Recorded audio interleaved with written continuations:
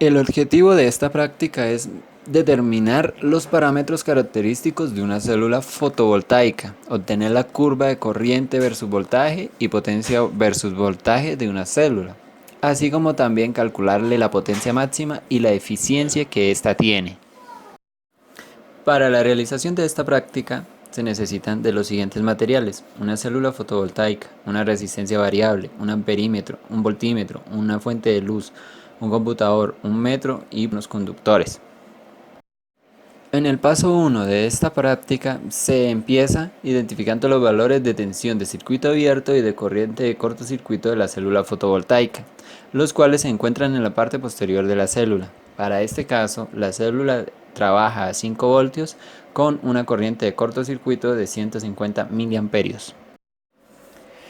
Para la toma de valores se monta el circuito que se muestra a continuación, donde el amperímetro se conecta en serie, el multímetro y la resistencia en paralelo con los bornes de la celda solar.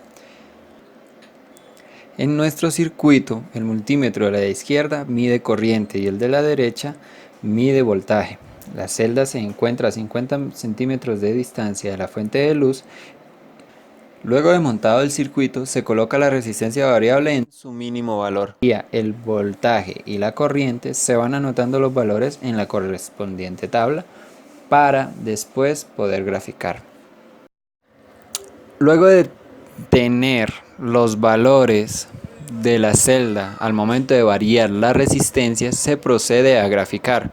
Tenemos la columna de voltaje y tenemos la columna de corriente.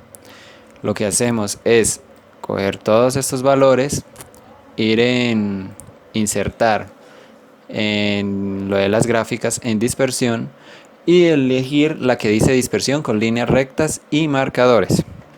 Tendremos la correspondiente gráfica o curva de de corriente versus voltaje. Tendremos la gráfica de la curva de corriente versus voltaje.